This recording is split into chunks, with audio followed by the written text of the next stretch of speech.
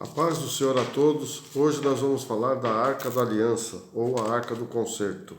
Moisés foi escolhido para fazer a arca e Deus passou para ele como seria. Está lá em Êxodo de 25, capítulo 25, do versículo 10 até o 21.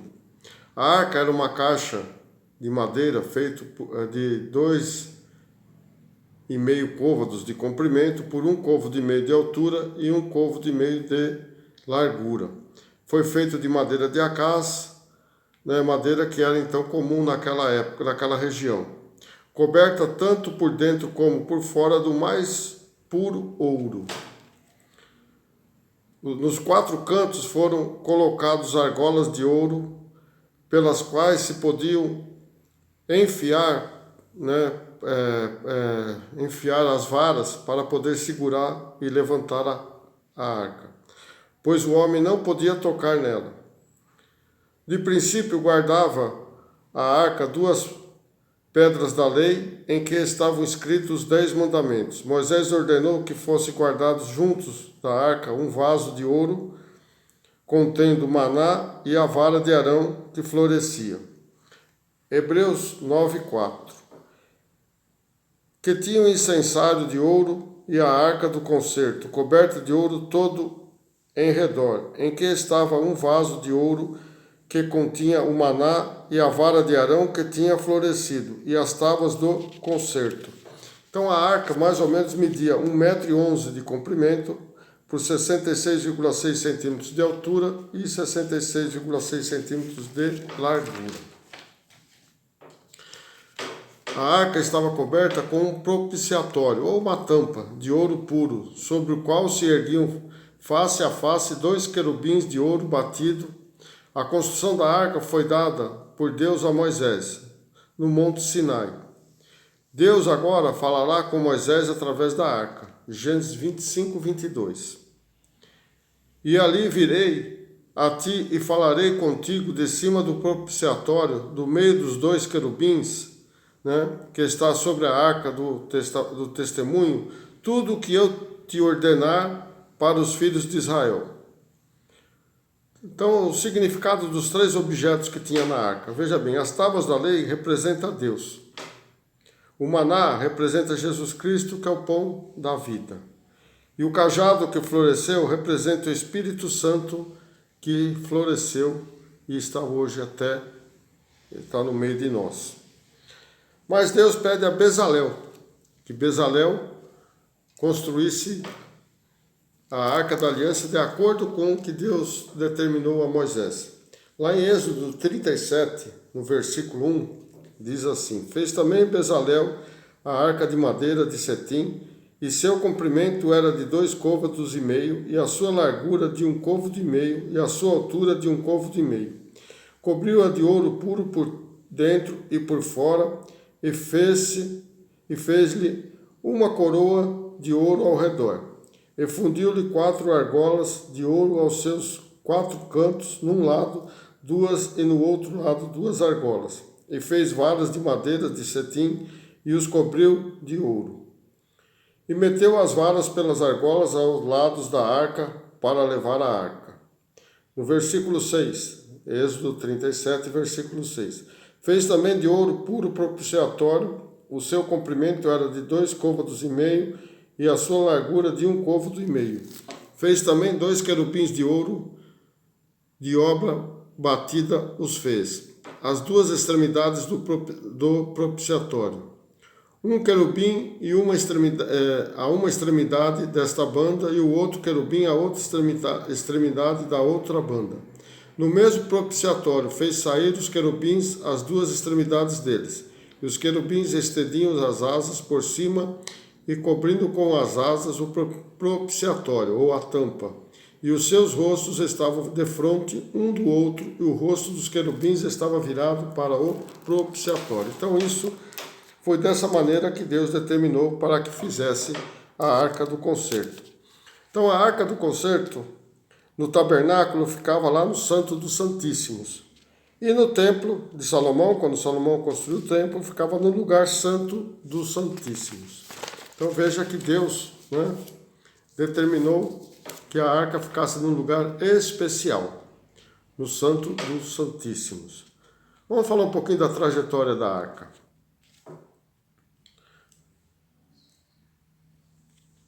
Os judeus levavam a arca sempre à frente das caminhadas, das guerras e para transpor obstáculos.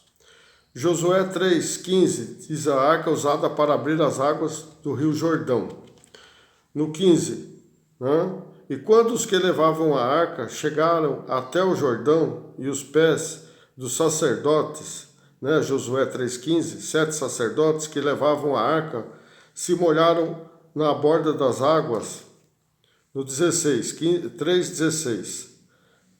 Pararam-se as águas que vinham de cima e levantaram-se num montão muito longe da cidade de Adã, que estava na banda de Sartã, e as águas que desciam ao mar das Campinas, que é o mar salgado, faltavam de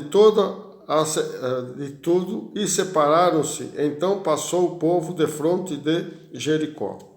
Então veja bem que quando Deus transpassou o rio Jordão, né, a arca foi à frente e os sacerdotes molharam o pé, já a água começou a ser recuada, para que eles pudessem passar em seco. Igualmente foi Moisés no Mar Vermelho, né?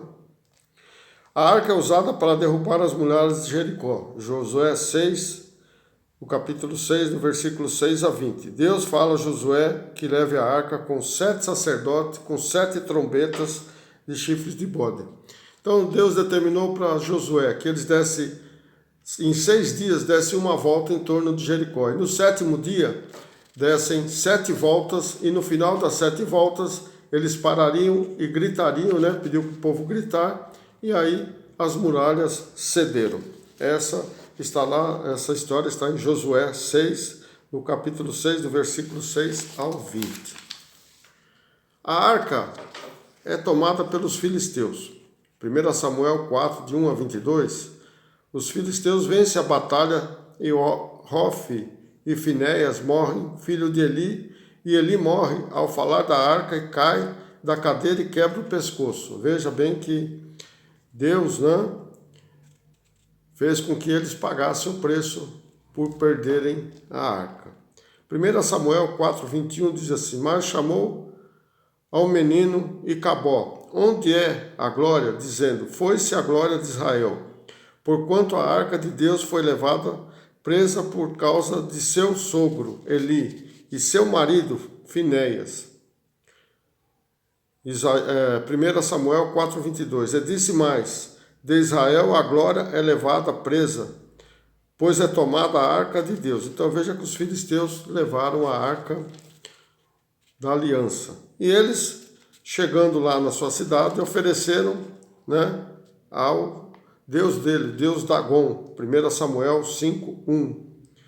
E veja que no dia seguinte, quando eles levantaram, o Deus Dagon, né, puseram a arca da aliança na frente para oferecer a Deus Dagon. No dia seguinte, o Deus Dagon estava caído no chão. Aí levantaram e no outro dia seguinte, novamente Dagon estava caída no chão e eles, né, viram que estava cortado o seu pescoço, né, a cabeça estava cortada na altura do pescoço e as mãos estavam cortadas também. Então veja que foi um caso, né, que nós não podemos oferecer as coisas santas para os deuses que não falam, não ouvem e nem fazem nada, né? Mas ainda Deus fez com que o povo de Asdod foi ferido por hemorroidas. Veja como era, né, naquela época o poder de Deus e como ele é hoje, né? 1 Samuel 6, de 1 a 12, diz assim que a arca do Senhor ficou 7 meses com os filisteus e é devolvida ao povo de Israel, em Bet-Semes. Com oferenda, né, eles ofereceram ouro para aplacar a ira de Deus. Então mandaram a arca de volta e ofereceram ouro para aplacar a ira de Deus. Os habitantes de Kiriat Jearim levaram a arca para a casa de Abinadab e fica lá por 20 anos. 1 Samuel 7, de 1 a 2.